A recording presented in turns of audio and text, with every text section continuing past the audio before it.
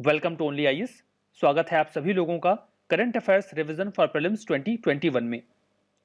Miscellaneous current affairs में ये हमारा पहला लेक्चर है। आज के इस सेशन में सितंबर महीने में वो करंट अफेयर्स जो किसी भी सब्जेक्ट में क्लासिफाई नहीं होते, उन्हें हम मिसलेनियस में क्लासिफाई करके कवर करने का प्रयास करेंगे। इस सेशन का first important article AICTE spices से रिलेटेड है। AICTE मतलब all India council for technical education ने एक नई स्कीम चलाई है जिसका नाम है स्पाइसेस। इसका फुल फॉर्म है scheme for promoting interest, creativity and ethics among students. Simple भाषा में अगर इसकी बात करें तो AICTE स्पाइसेस स्टूडेंट्स के डेवलपमेंट के लिए या फिर ऑल राउंड डेवलपमेंट के लिए इनके अंदर हेल्दी को करिकुलर एक्टिविटीज़ को प्रमोट करता है। अब ये को करिकुलर एक्टिविटी क्या होती हैं? मान लो स्कूल में बहुत सारे स्टूडेंट्स पढ़ते हैं तो केवल पढ़ाई करना ही स्कूल का एकमात्र एम नहीं होता है। को करिकुलर एक्टिविटीज़ में उनको पार्टिसिपेट कराने से उनका ऑल राउंड डेवलपमेंट होता है। को करिकुलर एक्टिविटीज़ के अंदर में जैसे कि हमने कोई नया क्लब बनाया मैथ्स के ग्रुप के लिए, तो एक मैथ्स क्लब बना दिया, या फिर चेस खेलने वाले लोगों का एक चेस क्लब बना दिया, या फिर कोई राइटिंग कॉम्पिटिशन्स रख दिए, या फिर हमने स्कूल का अपना खुद का न्यूज़पेपर प्रोडक्शन स्टार्ट कर दिया। मतलब ऐसे एक्टिविटीज़ जिसमें पढ़ाई से रिलेशन तो है लेकिन रॉट लर्निंग नहीं है, मतलब केवल रटने वाला हिसाब किताब नहीं है बल्कि उनको सीखने को और समझने को मिलेगा। इसी पर्पज़ से AICTE स्पाइसेस ये स्कीम चला रहा है। इसमें बहुत सारे स्टूडेंट क्लब को बनाने की बात की गई है। तो AICTE स्पाइसेस का काम क्या होगा? ये सिंपल सा फाइनेंशियल सपोर्ट प्रोवाइड करेगी इंस्टीट्यूशंस को। अब ऐसा हो तो इंस्टीट्यूशन बहुत सारे क्लब्स बना ले और खूब सारे फाइनेंस बटोर ले यहाँ से, लेकिन ऐसा नहीं है। इसके लिए कुछ टर्म्स एंड कंडीशंस हैं, जैसे कि AICTE केवल और केवल उन्हीं इंस्टीट्यूशंस को अप्रूव करेगा जो कि कम से कम 5 साल से एग्जिस्टेंस में है। साथ ही साथ हर एक इंस्टीट्यूशन में एक ही क्लब एडमिसेबल होगा। मतलब कि ऐसा नहीं है कि उन्होंने 50 क्लब्स या फिर 50 कुछ ऐसे को करिकुलर एक्टिविटीज़ के क्लब बनाए और सबके लिए फाइनेंस बटोर लिया, नहीं, केवल एक ही। और उनमें से जो भी एक इंस्टीट्यूशन का सबसे बेस्ट परफॉर्मिंग क्लब होगा उसी को ग्रांट मिलेगा, मतलब पैसे मिलेंगे AICTE स्पाइसेस के द्वारा। अगला आर्टिकल एयर बबल से रिलेटेड है। हाल फिलहाल में इंडिया भी एयर बबल एग्रीमेंट में शामिल हो चुका है। ऐसे 10 और कंट्रीज़ हैं जिसके साथ इंडिया ने एयर बबल एग्रीमेंट साइन किया है। उसमें USA, Canada, France, Germany, UK, Maldives, UAE, कतार, अफगानिस्तान और बहराइन है। एयर बबल एज सच जैसा नाम है वैसा कुछ भी काम नहीं है इसका। ये एक प्रकार का टेम्पररी एग्रीमेंट है। जैसे क्या होता है कि हम लोग कॉमर्शियल फ्लाइट को अभी तुरंत दो देशों के बीच में स्टार्ट नहीं भी कर सकते, तो हम लोग रेगुलर इंटरनेशनल फ्लाइट्स को अभी हम लोग सस्पेंड कर चुके हैं कोविड-19 के बीच में, तो तब तक हम लोग कॉमर्शियल फ्लाइट्स को रीस्टार्ट कर सकें। मतलब लोग एक जगह से दूसरी जगह आ सकें। मान लीजिए किसी को जॉब की ज़रूरत है, किसी को हेल्थ इश्यूज़ हैं, किसी को एजुकेशन सेक्टर के लिए आगे आना है, मतलब एजुकेशन पूरा करने के लिए किसी दूसरे देश में जाना है, उन सभी चीज़ों के लिए एयर बबल ऐसे कॉमर्शियल फ्लाइट सर्विसेज प्रोवाइड करता है। अब यहाँ पर बात थोड़ी सी कॉइंसाइडिंग है, किससे? हमने अभी हाल फिलहाल में पढ़ा था वंदे भारत मिशन। तो वंदे भारत मिशन में क्या था कि केवल इंडियन एयरलाइंस ही जाते थे। वही अपने देश से दूसरे देश में वहाँ के मतलब हमारे यहाँ जो भी फॉरेन कंट्री से लोग बंधे हुए थे या फिर बचे हुए थे, उनको हमने उनके देश में छोड़ा और उन देशों में जहाँ पर हमारे लोग फंसे हुए थे उनको लेके आए। माना जाता है कि अभी तक मिलियंस लोग वंदे भारत मिशन के अंदर में बाहर के देशों से अपने देश में आ चुके हैं। लेकिन यहाँ पर एयर बबल में थोड़ा सा डिफरेंस है। यहाँ पर केवल और केवल अपने इंडियन एयरलाइंस ही नहीं होंगे बल्कि दूसरे देश के एयरलाइंस भी आ सकते हैं, जा सकते हैं। जैसे कि मान के चलिए कि अगर किसी एक पर्सन को हमारे कंट्री से कनाडा जाना है तो उसको इस बात का इंतज़ार नहीं करना पड़ेगा कि इंडियन एयरलाइंस जब भी अनुमति देगी तभी जाएगा, वो कनाडा एयरलाइन से भी जा सकता है। तो ये है एयर बबल और वंदे भारत मिशन के बीच का डिफरेंस। बस ये बायलैटरल नेचर का है और जो हमारा वंदे भारत मिशन है वहाँ पर केवल और केवल हमारे इंडियन फ्लाइट्स ही जा सकते हैं। अगला आर्टिकल हमारा एयर इंडिया 1 से रिलेटेड है। हाल फिलहाल में air India 1 Indira Gandhi international airport पर लैंड करता है। US में गया था ये रेट्रोफिटिंग के लिए, ठीक है। रेट्रोफिटिंग के बाद 2 साल बाद अब ये वापस आ गया है। इंडिया का पहला VVIP प्लेन बनाया गया है ये। इसमें केवल प्रेसिडेंट, वाइस प्रेसिडेंट और प्राइम मिनिस्टर ट्रैवल करेंगे। ये बोइंग 777-300 ERS होते हैं। 2 ऐसे थे, उनमें से एक ये है जिसको एयर इंडिया की फ्लीट में शामिल किया गया था। इसके फीचर्स की बात करें तो इसमें मिसाइल वार्निंग सेंसर्स लगे हुए हैं, जब भी डिफेंस सिस्टम की बात करेंगे तो काउंटर मेजर्स डिस्पेंस करने के लिए पूरा state of the art missile defence system लगा हुआ है। इसमें large aircraft infrared counter measure system लगाए गए हैं। सेल्फ प्रोटेक्शन सूट्स इसके अंदर बनाए गए हैं और इसको कोई आम पायलट नहीं चलाएंगे, बल्कि इंडियन एयर फोर्स के जो होते हैं पायलट्स वो इसको ऑपरेट करेंगे, मतलब एयर इंडिया वाले इसमें नहीं रहेंगे।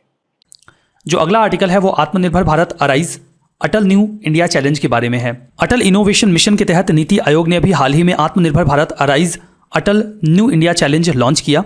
इसका उद्देश्य ये है कि रिसर्च और इनोवेशन को प्रमोट किया जाए एमएसएमईज और स्टार्टअप्स के लिए। इसमें कई तरीके की मिनिस्ट्रीज इन्वॉल्व हैं। यहाँ पर देखिए जो इसरो है, इंडियन स्पेस रिसर्च ऑर्गेनाइजेशन, उसके साथ 4 मिनिस्ट्रीज इन्वॉल्व होंगी। 2000 ministry of defence, ministry of food processing industries, ministry of health and family welfare और ministry of housing and urban affairs. कुछ एसोसिएटेड इंडस्ट्रीज भी होंगी जिसमें पार्टिसिपेट करेंगी और हम कुछ नए इनोवेटिव सॉल्यूशंस के लिए चैलेंज ऑर्गेनाइज करेंगे। इसमें 15 नए चैलेंजेस रखे जाएंगे स्टार्टअप्स के लिए, एमएसएमई इकोसिस्टम्स के लिए। उनको बोला जाएगा कि आप इसको सॉल्व करिए। अगर वो उन चैलेंजेस को कंप्लीट करते हैं तो उसमें जो भी बढ़िया चैलेंजेस कंप्लीट होंगे उनको 50 लाख तक का फंडिंग सपोर्ट दिया जाएगा, ताकि हम उसे थोड़ा आगे बढ़ा सकें या उसे आगे ले जा सके ग्राउंड लेवल पर। जो अगला आर्टिकल हमारा सीबीडी ऑयल से रिलेटेड है। हाल फिलहाल में एक्टर के सुसाइड केस वाले कंट्रोवर्सी से ये एक और कंट्रोवर्सी रिलेटेड है कि क्या हमें सीबीडी ऑयल को इंडिया के अंदर में लीगलाइज करना चाहिए या नहीं, और इसके अलग अलग ओपिनियंस है सबके। CBD oil exactly cannabis plant से एक्सट्रैक्ट किया जाता है। कैनबिस प्लांट आप सबको पता होगा। 2 मेन एक्टिव सब्सटेंसेस होते हैं इस कैनबिस प्लांट में। एक होता है कैनेबिडियोल जिसको हम लोग सीबीडी बोल रहे हैं, और एक डेल्टा 9 टेट्रा हाइड्रो कैनाबिनॉल होता है जिसको हम लोग टीएचसी बोलते हैं। टीएचसी का जब हम कंजम्पशन करते हैं ना तो ही हम हाई फील करते हैं, मतलब तब हमें नशा होता है। जबकि सीबीडी जो है उसका अलग पर्पस है। सीबीडी से या फिर इसका किसी भी फॉर्म में इंटॉक्सिकेशन हम नहीं देख सकते या फिर हमें ये नशा नहीं देता है, बल्कि सीबीडी ऑयल जो है वो इसी कैनबिस प्लांट से ही हम एक्सट्रैक्ट करते हैं। उसको हम लोग कोकोनट ऑयल या फिर दूसरे हेम्प सीड ऑयल में डाइल्यूट करने का काम करते हैं। बात करते हैं कि ये कैनेबिडियोल का क्यों हम इतना चर्चा में ले रहे हैं, इसका क्या यूज़ है आखिरकार। देखो, जब भी हम बहुत ज़्यादा पेन में होते हैं या एंग्जाइटी होती है हमें, तो हमारे मेंटल फंक्शन को सही तरीके से काम करने के लिए हमें अपने ब्रेन में ये सिग्नल देना होता है ना कि हमें दर्द नहीं हो रहा है, तो ये ऐसे ही सिग्नल जनरेट करता है। ये हमारे केमिकल्स के ब्रेक डाउन को प्रिवेंट करता है ब्रेन के अंदर में, इसीलिए ये बहुत इंपॉर्टेंट है, मतलब हमारे हेल्थ के लिए बहुत सही है। साइकोटिक सिम्टम्स जिनको होते हैं वो भी रिड्यूस होता है। साइकोटिक सिम्टम्स जैसे कि स्किट्सोफ्रेनिया या फिर एपिलेप्सी के जो भी पेशेंट्स होते हैं उनके लिए भी ये एक वरदान जैसा साबित हो सकता है सीबीडी ऑयल। इसीलिए काफ़ी कंट्रोवर्शियल रहा है ये कि इसको हमें लीगलाइज करना चाहिए या नहीं करना चाहिए। इसके बाद नेक्स्ट हमारा article committee on content regulation in government advertisement के बारे में है। क्या कंटेस्ट है? देखो, सुप्रीम कोर्ट ने 2015 में डायरेक्शंस दी थी। आप बड़े बड़े न्यूज़पेपर्स में देखते हो जो एडवर्टाइजमेंट्स दी गई होती हैं सरकार की तरफ से, उन एडवर्टाइजमेंट्स को रेगुलेट करने के लिए सुप्रीम कोर्ट ने अपना एक वर्डिक्ट दिया था, डायरेक्शंस दी थी 2015 में। सुप्रीम कोर्ट ने काफ़ी तरह की बात बोली थी कि सरकारें जो न्यूज़पेपर्स में एडवर्टाइजमेंट देती हैं वो ऐसी होनी चाहिए कि सरकार की कॉन्स्टिट्यूशनल और लीगल ऑब्लिगेशंस को पूरा करें, ना कि सरकार अपनी पार्टी के इंटरेस्ट को पूरा करे उन एडवर्टाइजमेंट्स की सहायता से। क्योंकि एडवर्टाइजमेंट्स का जो पैसा होता है वो जनता का पैसा होता है। उस जनता के पैसे का कॉस्ट इफेक्टिव मैनर में इस्तेमाल किया जाए, अवेयरनेस फैलाने के लिए और सरकार अपनी लीगल ऑब्लिगेशंस को पूरा करने के लिए। सुप्रीम कोर्ट ने यह भी कहा था सेंट्रल गवर्नमेंट और विभिन्न स्टेट्स 3 मेंबर की एक कमेटी गठित करेंगे उन एडवर्टाइजमेंट्स को रेगुलेट करने के लिए, ताकि अगर जनता को कोई शिकायत है तो जनता उस कमेटी के पास जा सकती है और बोल सकती है कि सरकार जो है न्यूज़पेपर्स में एडवर्टाइजमेंट देके जनता के पैसे का गलत इस्तेमाल कर रही है, आप चेक कीजिए। तो वो कमेटी क्या करेगी? वो शिकायत को चेक करेगी। जो कंसर्न ऑफिशियल्स हैं उनको समन भी किया जा सकता है, उस कमेटी के द्वारा पूछा जा सकता है कि भैया आपने न्यूज़पेपर में ये एडवर्टाइजमेंट दी, ये तो सुप्रीम कोर्ट की गाइडलाइन का उल्लंघन है, आपने ऐसा क्यों किया? समझ गए? लेकिन अभी कंटेक्स्ट ये है, सेंट्रल गवर्नमेंट ने तो वो 3 मेंबर्स की कमेटी गठित की, लेकिन सभी स्टेट्स ने गठित नहीं की। कर्नाटक, गोवा, मिजोरम, नागालैंड, इन स्टेट्स ने ये 3 मेंबर की कमेटी गठित की गवर्नमेंट एडवर्टाइजमेंट्स को रेगुलेट करने के लिए। बट बाकी स्टेट्स ने नहीं की। तो अब सेंट्रल गवर्नमेंट ने ये बोला है, अगर आप ये कमेटी नहीं गठित करते हो तो ये प्रोविजन किया जा सकता है कि जो सेंट्रल गवर्नमेंट की 3 मेंबर्स की कमेटी है वही काम करे आपके राज्यों में भी गवर्नमेंट स्पॉन्सर्ड एडवर्टाइजमेंट्स को रेगुलेट करने के लिए। मतलब जो काम उस कमेटी को करना था, जिसको गठित किया जाना था आपके द्वारा, क्योंकि आपने तो उस कमेटी को गठित किया नहीं है, तो वो काम सेंट्रल गवर्नमेंट के द्वारा गठित कमेटी कर सकती है। ऐसा प्रपोजल रखा गया है सेंट्रल गवर्नमेंट के द्वारा। अगला आर्टिकल हमारा धौलासिद्ध हाइड्रो प्रोजेक्ट से रिलेटेड है। हिमाचल प्रदेश हमीरपुर के अंदर में ये धौलासिद्ध हाइड्रो प्रोजेक्ट को प्राइम मिनिस्टर ने हाल फिलहाल में इसके कंस्ट्रक्शन के लिए अनाउंस कर दिया है। 66 मेगावाट का ये हाइड्रो प्रोजेक्ट होगा। ये हिमाचल प्रदेश हमीरपुर में ब्यास रिवर है उसके ऊपर बनाया जा रहा है। रन ऑफ रिवर प्रोजेक्ट है ये। Run of the river project का मतलब ये है कि नदियों की धारा जब तक बहती रहती है तब तक इसके प्रोडक्शन ज़्यादा होगा। लीन पीरियड में इलेक्ट्रिसिटी का कंजम्पशन थोड़ा सा कम हो जाएगा, ठीक है। वहाँ पर 66 मेगावाट फिर प्रोड्यूस नहीं हो पाएगा। जो अगला टॉपिक है वो ई गोपाला ऐप के बारे में है। हाल ही में हमारे जो ऑनरेबल प्राइम मिनिस्टर हैं श्री नरेंद्र मोदी जी, उन्होंने डिसाइड किया है कि वो ई गोपाला ऐप को लॉन्च करेंगे। ये जो ऐप है ये एक्चुअली में किस लिए है? ये comprehensive breed improvement market place और इन्फॉर्मेशन पोर्टल है, ठीक है। ये एक प्रकार का पोर्टल प्रोवाइड करवाएगा जिसे सीधे फार्मर्स एक्सेस कर पाएंगे और यूज़ कर पाएंगे। ये अपने प्रकार का पहला डिजिटल प्लेटफॉर्म है कंट्री में फार्मर्स के लिए। ये देखिए कई तरीके के फंक्शंस परफॉर्म करेगा, लाइक जो लाइफ स्टॉक हैं, एनिमल्स हैं, उन्हें मैनेज कर लेगा, उन्हें बाई और सेल किया जा सकेगा इस प्लेटफॉर्म की मदद से। At the same time buy और selling of disease free germplasm का मतलब होता है वो जर्म सेल्स जिनका इस्तेमाल हम ब्रीडिंग में करते हैं, ठीक है। तो उनकी बाइंग एंड सेलिंग हम मैनेज कर सकते हैं इस पोर्टल के माध्यम से। अपार्ट फ्रॉम दैट जो क्वालिटी ब्रीडिंग सर्विसेज हैं, आर्टिफिशियल इंसेमिनेशन वो प्रक्रिया होती है जिसके माध्यम से एनिमल्स को ब्रीडिंग के लिए तैयार किया जाता है या उनमें सीमन इंसर्ट किया जाता है। जो वेटरनरी फर्स्ट एड है, वैक्सीनेशन है, ट्रीटमेंट है, ये सर्विसेज प्रोवाइड करवाई जा सकती हैं, अवेलेबल करवाई जा सकती हैं।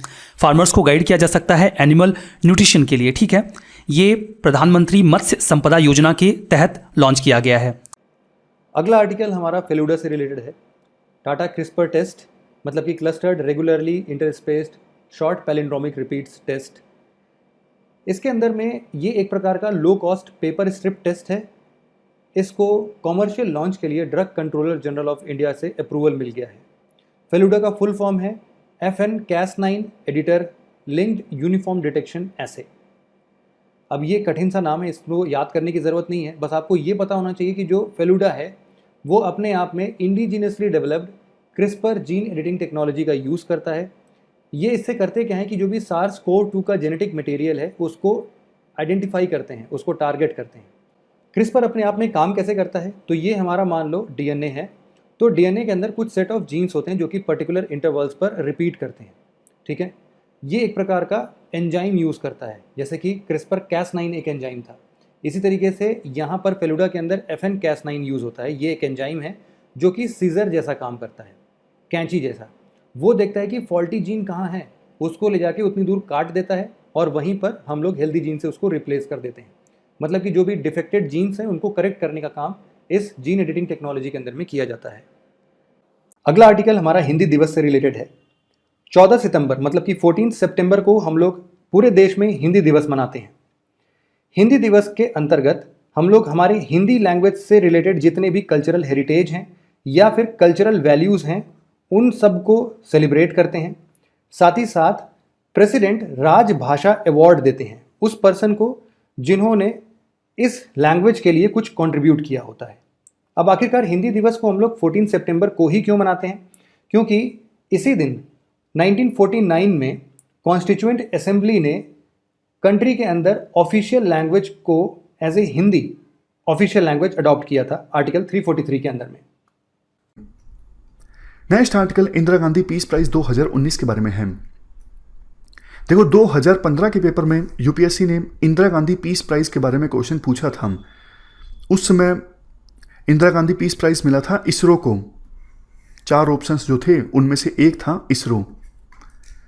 2019 का किसको मिला है Indira Gandhi Peace Prize? Sir David Attenborough को। यह आप तस्वीर देख सकते हो, सर डेविड एटनबरो। ये कौन है? ये देखो बीबीसी के लिए काम करते हैं, इंग्लिश ब्रॉडकास्टर हैं और नेचुरल हिस्टोरियन हैं। नेचुरल हिस्टोरियन मतलब जो नेचर की हिस्ट्री के बारे में लिखते हैं कि कैसे कैसे स्पीसीज इवोल्व हुई, कैसे कैसे लुप्त हुई। हम बात करें इंदिरा गांधी पीस प्राइज की, पूरा नाम है Indira Gandhi Prize for Peace, Disarmament and development.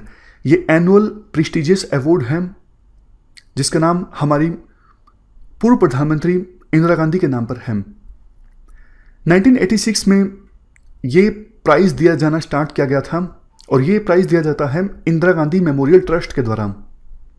और जिसको भी ये प्राइज मिलता है, ये प्राइज देखो इंडिविजुअल को भी मिल सकता है और किसी ऑर्गेनाइजेशन को भी मिल सकता है। जिसको भी ये प्राइज मिलता है एक स्मृति चिन्ह दिया जाता है और 25 लाख का मॉनेटरी अवार्ड भी दिया जाता है।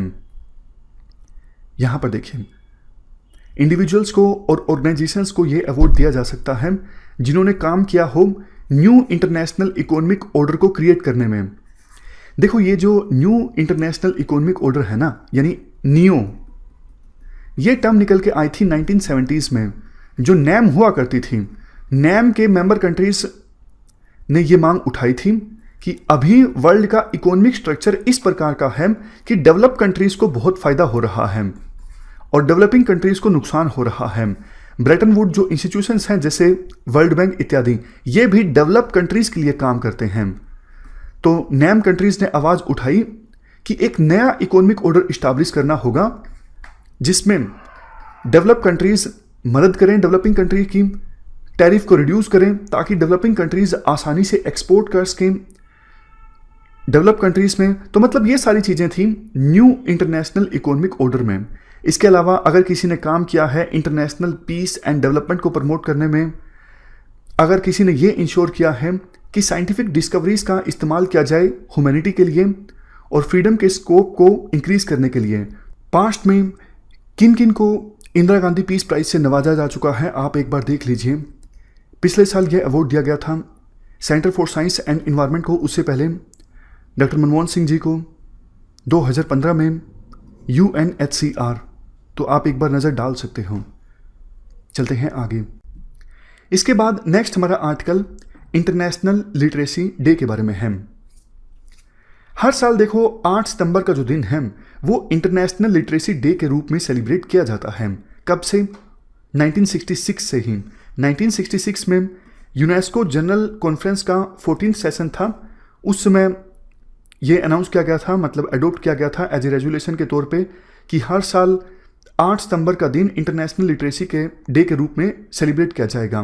मकसद ये होता है इस डे को ऑब्जर्व करने का, लोगों में जागरूकता फैलाई जाए कि लिटरेसी की अहमियत कितनी ज़्यादा है as a human right, as a human dignity को प्रोटेक्ट करने के लिए। इस बार की थीम है literacy teaching and learning in the कोविड-19 क्राइसिस एंड बियॉन्ड। अब देखो 2 और चीज़ें हैं जिन पे क्वेश्चन पूछे जा सकते हैं। एक तो ग्लोबल एजुकेशन मॉनिटरिंग रिपोर्ट 2020, ये रिपोर्ट यूनेस्को के द्वारा रिलीज की गई है। इस रिपोर्ट में विभिन्न देशों की प्रोग्रेस को मॉनिटर किया गया है। देखो जो सस्टेनेबल डेवलपमेंट गोल नंबर 4 है वो ये बोलता है कि 2030 आते आते वर्ल्ड में हर एक बच्चे को क्वालिटी एजुकेशन मिलनी चाहिए। ये है सस्टेनेबल डेवलपमेंट गोल नंबर 4। तो इस गोल को अचीव करने की दिशा में विभिन्न देश कैसे आगे बढ़ रहे हैं उनकी प्रोग्रेस को मॉनिटर करती है ये रिपोर्ट। इसके अलावा इंचियोन डिक्लेरेशन भी एक है, इस पर भी यूपीएससी क्वेश्चन पूछ सकती है। ये डिक्लेरेशन किससे संबंधित है? ये देखो एजुकेशन से संबंधित डिक्लेरेशन है। इसको अडोप्ट किया गया था वर्ल्ड एजुकेशन फोरम का आयोजन जब हुआ था साउथ कोरिया के शहर इंचियोन में 2015 में, तब इस एजुकेशन संबंधित डिक्लेरेशन को अडोप्ट किया गया था। ये भी सस्टेनेबल डेवलपमेंट गोल नंबर 4 की इम्प्लीमेंटेशन से संबंधित है। इस डिक्लेरेशन में फ्रेमवर्क तय किया गया था कैसे सस्टेनेबल डेवलपमेंट गोल 4 को अचीव किया जाएगा। अगला आर्टिकल हमारा इंटरनेशनल डे ऑफ पीस से रिलेटेड है। इसको 21 सितंबर को ऑब्जर्व किया जाता है पूरे विश्व में। इंटरनेशनल डे ऑफ पीस को हम लोग 24 hours of non violence and cease fire के जैसे ऑब्जर्व करते हैं। इससे हम लोग पीस को मेंटेन करना चाहते हैं, पूरे विश्व में शांति हासिल करना चाहते हैं। इस बार का जो थीम है 2020 का वो है शेपिंग पीस टुगेदर। सबसे पहली बार इसको 1981 में इस्टेब्लिश किया गया था यूएन जनरल असेंबली के द्वारा और 20 साल बाद 2001 में 2001 में जनरल असेंबली ने यूनानिमसली इसको इसी दिन को period of non violence and cease fire जैसे डिजिग्नेट कर दिया था। उसी दिन से ये हर साल मनाया जाता है। इसके बाद नेक्स्ट हमारा आर्टिकल इंटरनेशनल लिटरेसी डे के बारे में है। हर साल देखो 8 सितंबर का जो दिन है वो इंटरनेशनल लिटरेसी डे के रूप में सेलिब्रेट किया जाता है। कब से?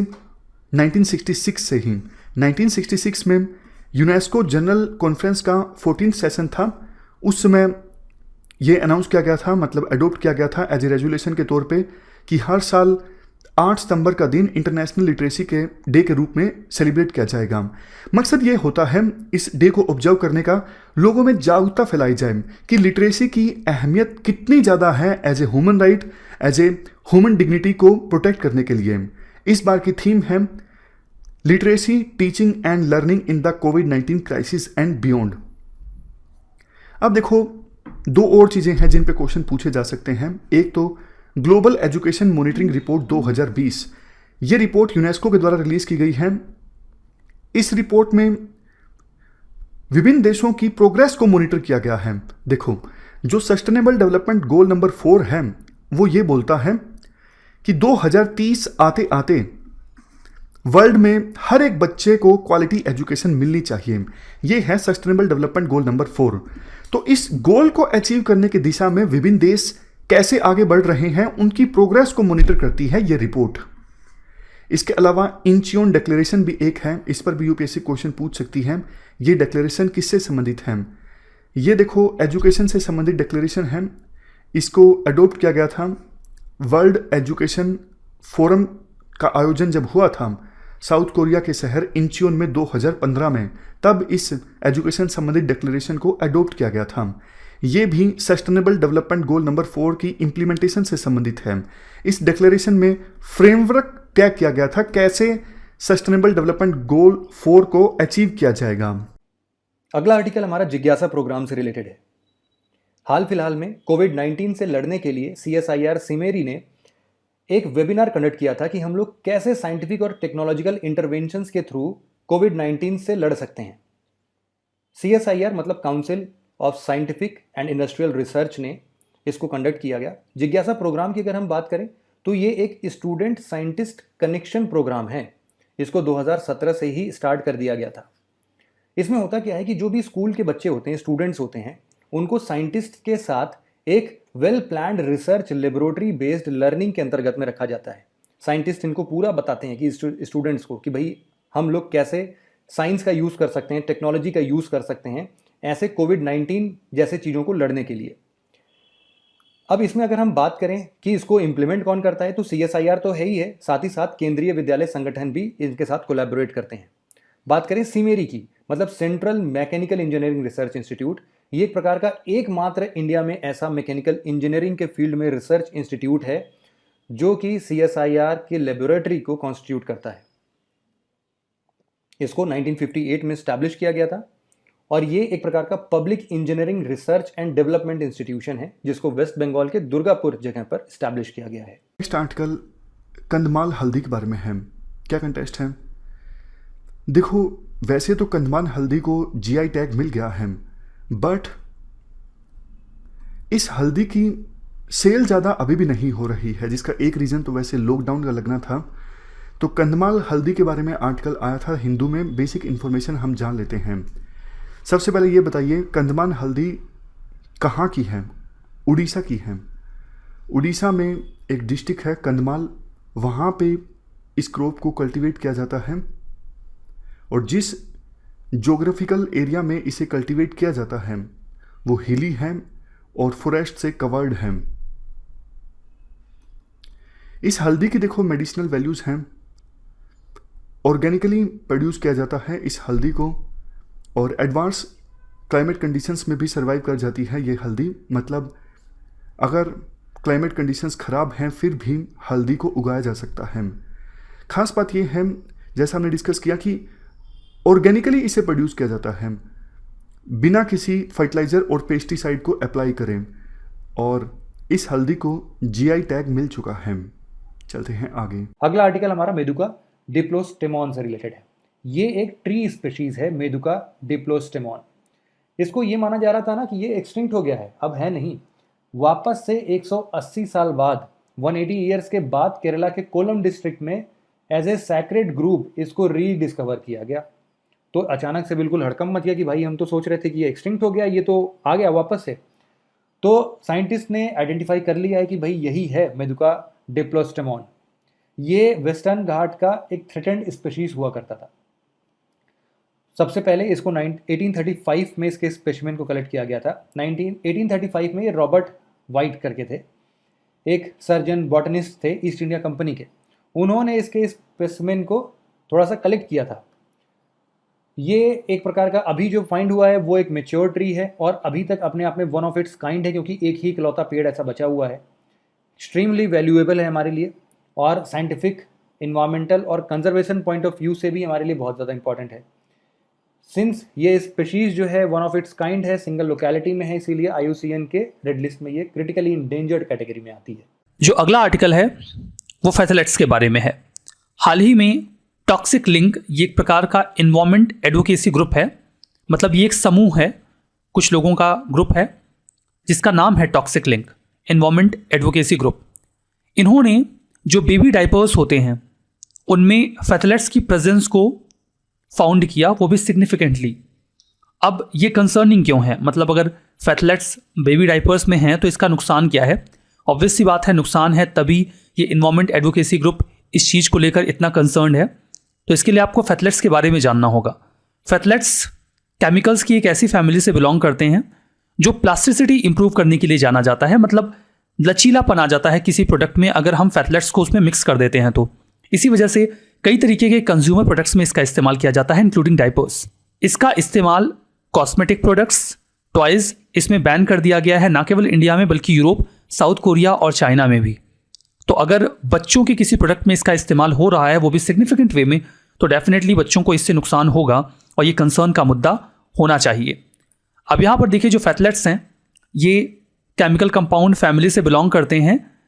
इसका इस्तेमाल लार्जली पॉलीविनाइल क्लोराइड यानी कि PVC बनाने में किया जाता है, जिनके पाइप्स वगैरह आप देखते हैं PVC के पाइप्स, हाई स्ट्रेंथ थर्मोप्लास्टिक होते हैं ये। विनाइल, जिसका इस्तेमाल वॉलपेपर या फिर कवरिंग मटेरियल के लिए किया जाता है, एडवर्टीजमेंट के लिए भी विनाइल का इस्तेमाल किया जाता है। बाकी कोई भी प्लांट मटेरियल हो जहाँ पर लचीलेपन की आवश्यकता हो तो फिर फैथलेट्स का इस्तेमाल कर लिया जाता है।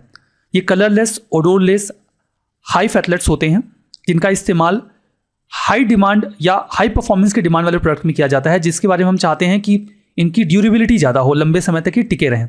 लॉन्ग लास्टिंग वेयर और ड्यूरेबिलिटी वाले प्रोडक्ट्स में इसका इस्तेमाल किया जाता है। कंसर्न यह है कि रिसर्चर्स का ये मानना है कि जब फैथलेट्स बॉडी स्किन के कॉन्टैक्ट में आते हैं तो ये हार्मोन्स को प्रभावित करते हैं, और बच्चों के प्रोडक्ट में अगर इसका इस्तेमाल हो रहा है तो डेफिनेटली ये कंसर्न की बात है और इसे एड्रेस किया जाना चाहिए।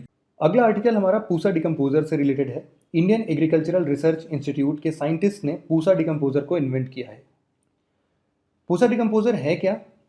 फंगी स्ट्रेन को एक्सट्रैक्ट किया गया है। फंगी स्ट्रेन मतलब कि फंगी का एक प्रकार का जेनेटिक वेरिएंट है, उनको एक्सट्रैक्ट करके 4 टैबलेट का एक सेट बनाया गया है। अगर हम इनको पैडी स्ट्रॉ के ऊपर डाल देते हैं तो इनका जो डिकम्पोजिशन का प्रोसेस है वो बहुत तेज हो जाता है। अब इससे होगा क्या कि जो भी अभी तक इंडिया में आप सभी को पता है कि स्लैश एंड बर्न कल्टीवेशन वाला हिसाब किताब चलता है, वहाँ पे झूम कल्टीवेशन चलता है कि स्ट्रॉ जब भी बच जाता है, जो भी रेमिनेंट्स होते हैं उनको जला डालते हैं। तो अब उनको जलाना नहीं पड़ेगा, जिससे इन्वायरमेंट पोल्यूट बहुत ज़्यादा होता है, वैसा नहीं होगा। हम सिंपल ये 4 टैबलेट को स्ट्रॉ में, मतलब कि एक किसी भी सॉल्यूशन में डाल के स्प्रे कर देंगे तो ये फंगल स्ट्रेन्स उन स्ट्रॉ को बहुत तेज़ी से डिकम्पोज कर देंगे, उनको जलाने की ज़रूरत नहीं पड़ेगी। अगला आर्टिकल हमारा रीजनल रैपिड ट्रांसिट सिस्टम से रिलेटेड है। हाल फिलहाल में इंडिया का पहला regional rapid transit system train को अनवेल किया गया, पहला लुक इसका दिया गया, आप इस पिक्चर में देख सकते हैं। ये जो पहला RRTS ट्रेन है ये दिल्ली गाज़ियाबाद मेरठ कॉरिडोर पर चलाया जाएगा, जो कि 2 शहरों के बीच में तय की जाने वाली दूरी को कम कर देगा, मतलब कि समय बहुत कम कर देगा। NCRTC इस पूरे प्लान को एग्जीक्यूट कर रहा है। NCRTC जो है वो national capital region transport corporation है। RRTS जो है वो अपनी top speed 180 kilometre per hour तक दे सकेगा। इसमें हम लोगों ने लोटस टेम्पल के कुछ आइकनिक डिज़ाइंस हैं जिसको इनकॉर्पोरेट किया है इस ट्रेन सिस्टम के अंदर में। इसका जो एक छोटा सा हिस्सा है, मतलब कि साहिबाबाद से दुहाई तक का रीजन है, वो 17 किलोमीटर का छोटा सा है। ये प्रायोरिटी कॉरिडोर है जिसको 2023 तक 2023 तक कंप्लीट किया जाएगा। बाकी पूरा का पूरा ये जो रीजनल रैपिड ट्रांसिट सिस्टम का ये पूरा कॉरिडोर है, ये 2025 तक ऑपरेशनल हो जाएगा। बात करें एनसीआरटीसी की, तो ये एक प्रकार का जॉइंट वेंचर है जिसमें इंडियन गवर्नमेंट की हिस्सेदारी 50% है और इसके अलावा यूपी सरकार की, हरियाणा सरकार की, राजस्थान सरकार की और जो NCT Delhi, national capital territory Delhi है, इन सब की जो जॉइंट वेंचर का हिस्सेदारी वो है 12.5% का सभी का। तो ओवरऑल 100% हो गया हमारा। एनसीआरटीसी जो है वो इस पूरे ट्रांजिट सिस्टम के डिज़ाइन, कंस्ट्रक्शन, फाइनेंस, ऑपरेशन और मेंटेनेंस का काम देखेगी। ये पूरा का पूरा एनसीआरटीसी जो है ना, ये ministry of housing and urban affairs के अंदर में, उनके एडमिनिस्ट्रेटिव कंट्रोल के अंदर में आता है और ये इंडिया का पहला आरआरटीएस एनसीआर रीजन में स्टार्ट करने की बात हो रही है। अगला आर्टिकल हमारा सीरियल इंटरवल से रिलेटेड है।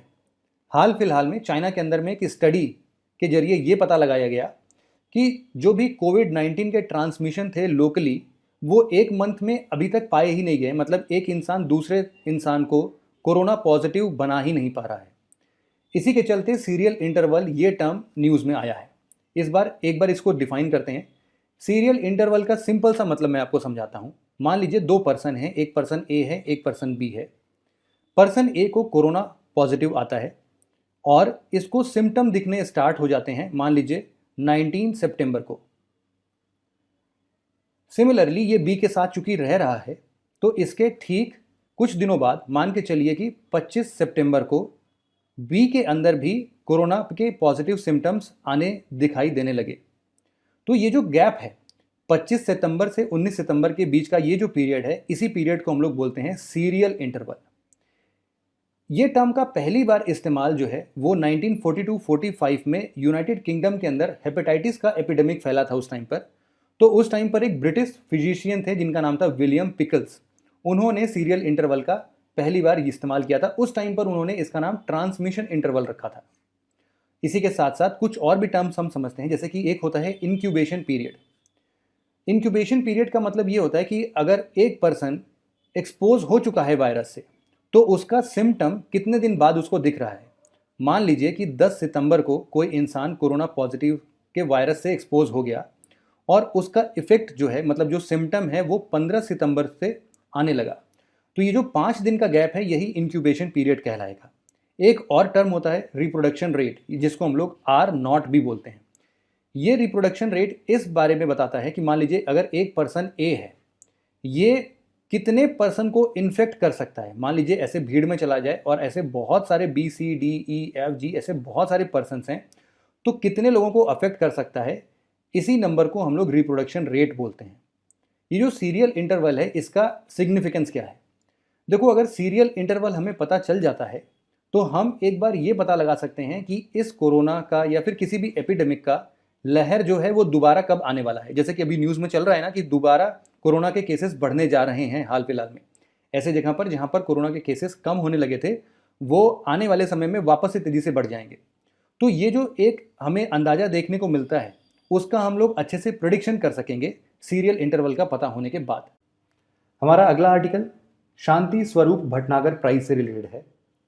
हाल फिलहाल में IIT खड़गपुर के एक department of geology and geophysics के एसोसिएट प्रोफेसर हैं doctor Abhijit Mukherjee.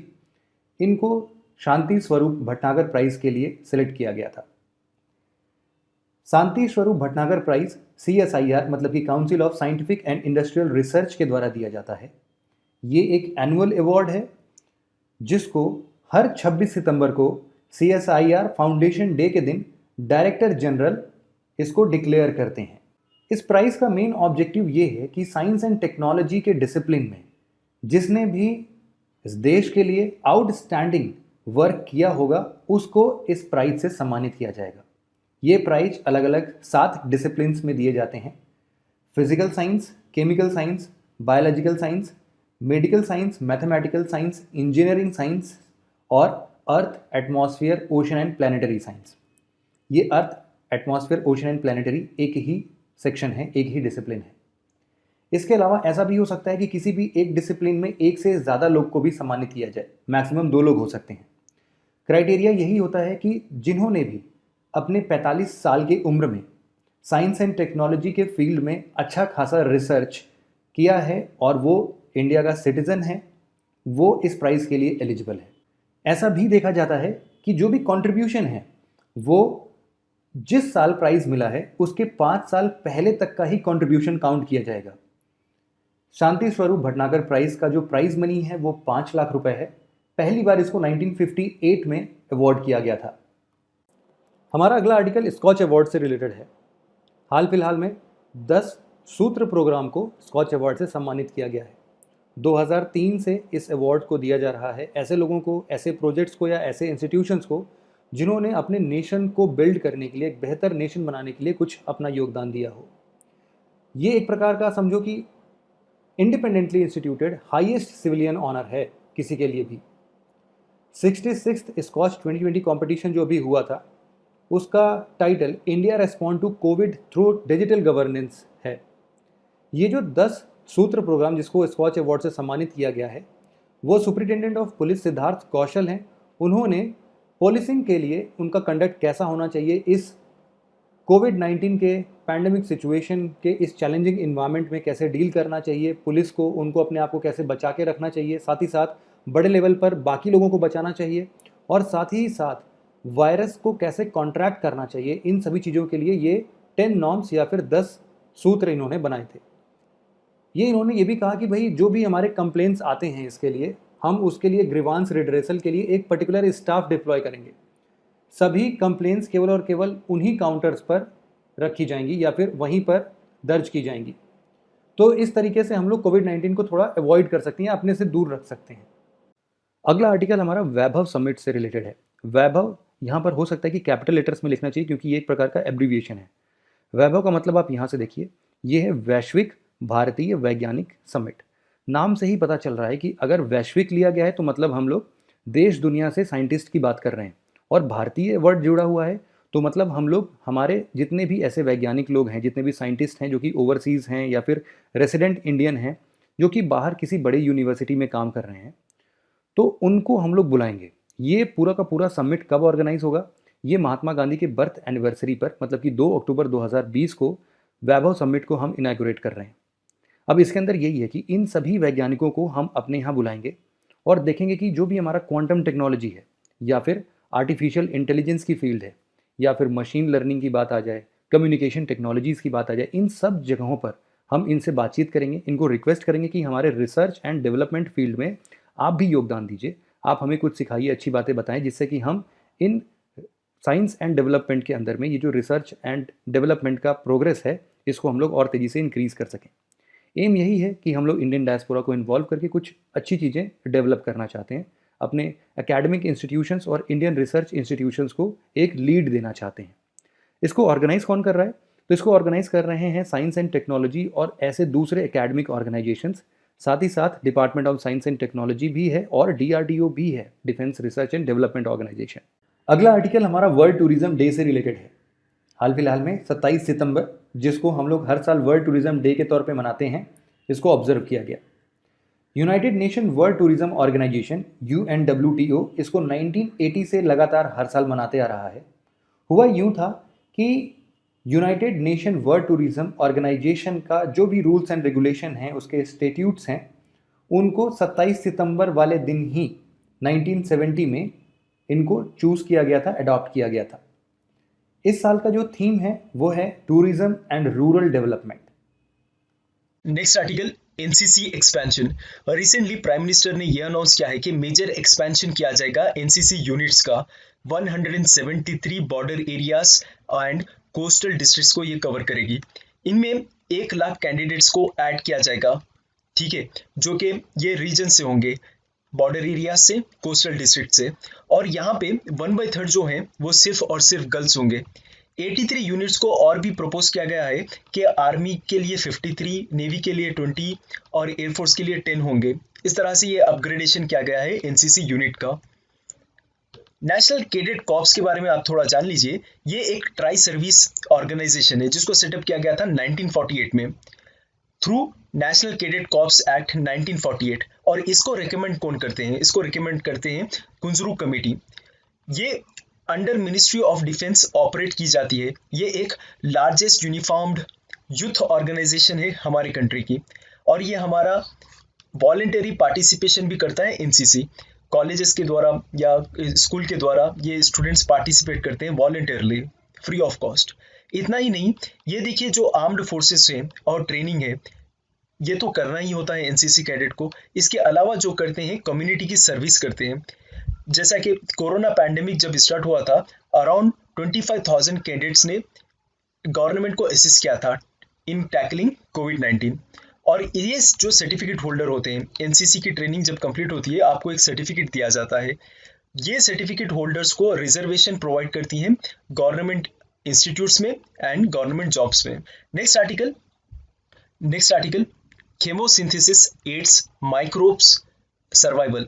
Chemosynthesis process मदद करता है माइक्रोब्स को सर्वाइव करने में।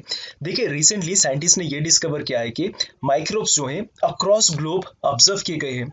ये हवा में रहते हैं और इनको जिंदा रखने में या ग्रोथ के लिए हाइड्रोजन जैसी gas, carbon dioxide, carbon monoxide जैसी गैस हेल्प करती है। Even they can survive in extreme conditions. 2017 में ही रिसर्चर्स ने ये कहा था कि अंटार्कटिका की जो एयर है वहां पे इस तरह का फिनोमेना ऑब्जर्व किया गया है, माइक्रोब्स सर्वाइव कर रहे हैं ये एयर में, अंटार्कटिका की एयर में। बट अभी रिसेंटली यहाँ के साइंटिस्ट ने, रिसर्चर्स ने ये कहा ये तो अभी ग्लोबल फिनोमेना हो गया है जो कि ऑब्जर्व किया जा सकता है ना कि अंटार्कटिका में बल्कि आर्कटिक में, Tibetan plateau in the Hindu Kush Himalayas, वहां पे भी देखने को मिल रहे हैं माइक्रोब्स। फाइंडिंग्स और भी ये बताती है कि माइक्रोब्स रहने के लिए नाइट्रोजन या ऑक्सीजन ऑर्गन पे डिपेंडेंट नहीं है। ये अपनी एनर्जी कार्बन के सोर्सेस से निकालते हैं और यही एनर्जी कार्बन जैसे सोर्सेस जो हैं, कार्बन डाइऑक्साइड या मोनोऑक्साइड, ये ग्रोथ के लिए भी इनके हेल्पफुल होती है। क्या ये पॉसिबल है? बिल्कुल ये पॉसिबल है। एक प्रोसेस है जिसका नाम है केमोसिंथेसिस, जो कि एब्सेंस ऑफ लाइट में होता है। जैसा कि फोटोसिंथेसिस होता है इन the presence of light, chemosynthesis इसका अपोजिट है, फोटोसिंथेसिस का अपोजिट है जो कि एब्सेंस ऑफ लाइट में होता है। तो अगर ये होगा रिएक्शन इस तरह का तो माइक्रोब्स है ना जिंदा रह सकते हैं। केमोसिंथेसिस क्या है मैं बताता हूँ आपको। ये एक ऐसा प्रोसेस है जहाँ पे बैक्टीरिया या फिर अदर लिविंग ऑर्गेनिजम्स अपनी एनर्जी डिराइव करते हैं from reaction which involves organic chemicals. जैसा कि एब्सेंस ऑफ सनलाइट में इनऑर्गेनिक केमिकल्स जो हैं वो रिएक्ट करते हैं एक दूसरे के साथ और केमोसिंथेसिस होता है यहाँ पे। और ये जो फेनोमेना है, ये प्रोसेस है, इसको हम कार्बन फिक्सेशन कह रहे हैं, through which inorganic carbon is converted into organic compounds by living organisms and stored as a form of energy। अब देखिए केमोसिंथेसिस जो है वो प्रोफाउंड इम्पैक्ट डालते हैं प्रोडक्शन पे और cycling of green house gases पे, जैसा कि carbon dioxide, methane, nitrous oxide. मैंने कहा आपसे फोटोसिंथेसिस वर्सेस केमोसिंथेसिस मुझे समझाना है तो मैं ऐसे ही समझाऊंगा कि दोनों का प्रोसेस सेम होगा। एक जो प्रोसेस होगा एब्सेंस ऑफ लाइट में होगा जो कि केमोसिंथेसिस कहलाता है, और photosynthesis in the presence of sunlight होगा। एक बार पढ़ लें आप, occurs in plants and some bacteria wherever there is enough sunlight, correct? Photosynthesis organisms use the sun's energy to turn carbon dioxide and water into sugar and oxygen। Chemosynthesis में क्या होगा? It is the use of the energy released by chemical reactions instead of sun's energy, ठीक है, to produce food। यह difference है photosynthesis में और chemosynthesis में। तो आज के इस सेशन में बस इतना ही। Thank you very much.